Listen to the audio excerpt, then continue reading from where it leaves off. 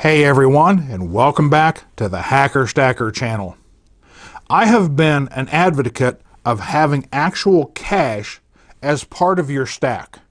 And I have been a proponent of using your stack as being your own bank. By this, I mean your stack is a resource of funds should you ever find yourself in need of some cash for an emergencies. By having cash, you can handle those small annoyances that seem to pop up in our lives. And your stack can actually be converted back to fiat currency to take care of those major crises that could otherwise make life miserable if you're not able to handle them otherwise. Folks, I appreciate you taking the time to watch my videos.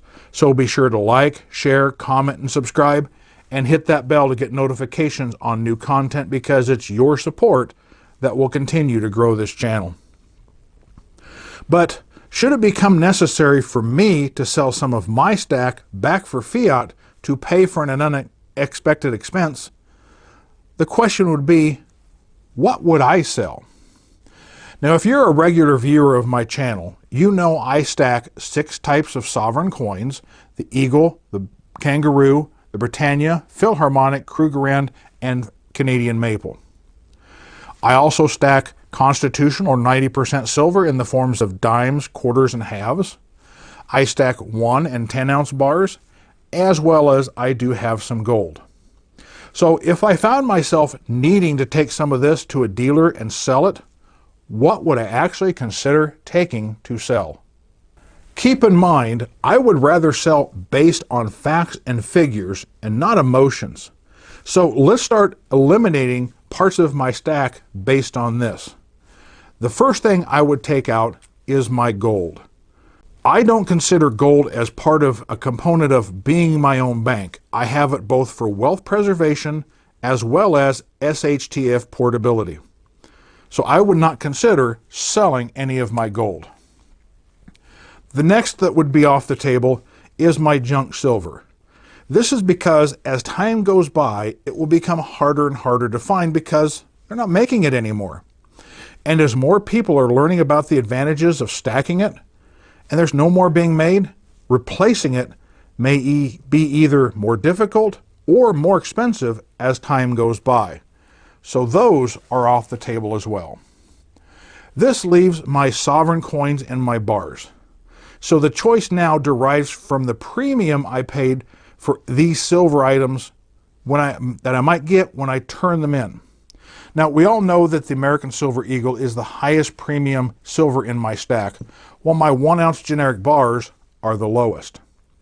Now, I probably average about $3 an ounce for the 10 ounce RMC bars and more for the Eagles, but I doubt I would even get paid more than $1, maybe $1.50 that I've paid for these generic 1 ounce bars. So you might think that taking the Eagles in and the 10 ounce bars would be my go-to for selling, as I might get more back because I paid for them, right? Well, that might not be true, but let's actually take a look at the numbers. Let's say that I'm purchasing my Eagles at a $4 premium and $1.25 for the 1 ounce bar. Now keep in mind, I rarely buy new. I haunt the cull sections of the stores I buy from, and I will likely get the exact same amount for the silver for each when I go to sell them. But what I get back on my premium, if any, may not be that far apart. For instance, I may only get spot for the bar and maybe $1 over spot for the Eagle. So is selling the Eagle for that $1 worth it? Not really. If I paid $4 to buy the Eagle in the premium and only get $1 back when I sell it, I'm down $3. But if the 1 ounce bar cost me $1.25 when I got it and I don't get anything back when I sell it, I'm only down $1.25. That's $2.75 difference. Multiply that by the number of ounces that I would need to sell in order to get the funds I need. You can quickly see how that difference starts to add up. If I need to sell, say, 25 ounces to cover an expense, that turns into a $68.75 difference. So when it comes to replacing the silver I sold, that alone is more than 2 ounces. And you have to double that number when it comes time to actually replacing the silver when I go to rebuy it, because of the wider disparity between the premiums when I start building my stack back up. Granted, these are only fictional numbers, but they are based in reality. I can't actually provide you with any hard numbers dealers will have because of 2 reasons. One, these numbers will change when the market price of silver goes up and down, and 2, each dealer is free to set their own premiums, both on what they sell when they sell it and when you bring it back and you sell it back to them. The point here is to decide now what part of your stack would you part with when you needed to sell, based on the math, and not this, oh, I like these more than these are prettier, I'm attached to these. Use hard numbers and be unemotional about it.